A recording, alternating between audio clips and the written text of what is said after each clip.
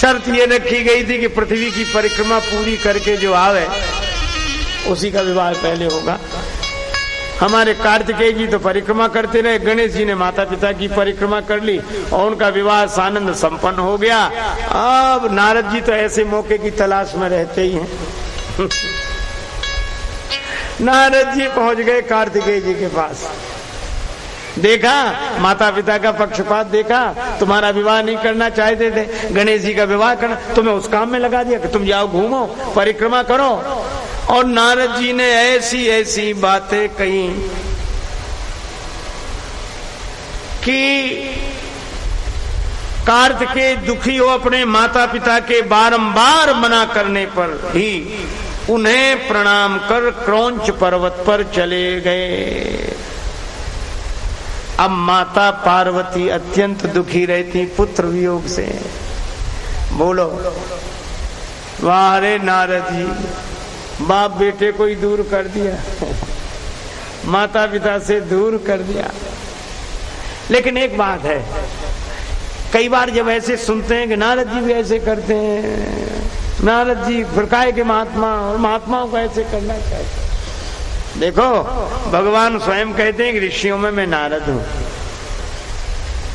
एक बार एक सज्जन हमसे बोले कि आपके जितने पुराण हैं उन सब में ऐसा वर्णन मिलता, उस ऋषि ने उसको साफ दे दिया, उस ऋषि ने उसको साफ दे दिया, उस ऋषि ने उसको साफ दिया। शिव पुराण में ही दुर्वासा के श्राप का वर्णन, अम्बरीश भक्त तो का, और जरा जरा सी बातों पर श्राप दे देते हैं ये महात्मा। तो बोले काहे के साधु महात्मा है जिन्हें इतनी भी बात सहन नहीं होती, श्राप दे देते हैं, श्राप दे देते हैं और उनको आप महापुरुष कहते हो। हमें तो अच्छे आदमी भी नहीं लगते। हमने कहा ये बात तो सही है कि हमारे मुनि श्राप देते रहे हैं, लेकिन आपने एक ही पक्ष देखा, दूसरा पक्ष नहीं देखा। आप एक बात बता दो, ऐसा कौन सा प्रमाण है कि किसी ऋषि ने जिसे श्राप दिया हो उसे अंत में भगवान न मिल गए? जिन जिनको ऋषियों ने शाप दिया उन्हें शाप से मुक्त करने के लिए भगवान उनके पास चलकर आए। हमने कहा इसीलिए हमारे ये ऋषि हैं, क्योंकि जिनका श्राप व्यक्ति को भगवान से मिला देता हो, उनके वरदान की क्या महिमा होगी। तो नारद जी झगड़ा जरूर लगाते हैं, लेकिन इस झगड़े के द्वारा कोई लोक कल्याण का कार्य कराना चाहते हैं। अब पार्वती जी अत्यंत दुखी हो गईं। तदा च गिरिजा देवी विरहम पुत्र संभवम संभुष्य परमम दुखम प्राप्त तस्मिन्नागते। अत्यंत दुखी होकर पार्वती जी को संतोष नहीं हुआ, तब उन्होंने देवर्षियों को कुमार के पास भेजा।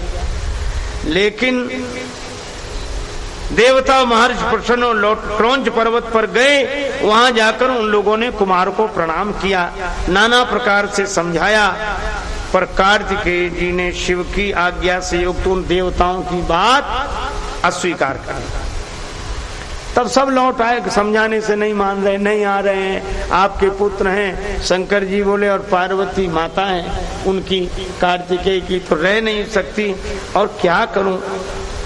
सब निराश हो अपने अपने धाम को चले गए।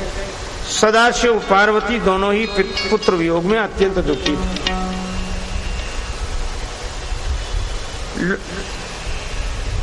इसलिए अत्यंत दीन दुखी होकर जहां कार्तिकेय जी रहते थे ये दोनों गए।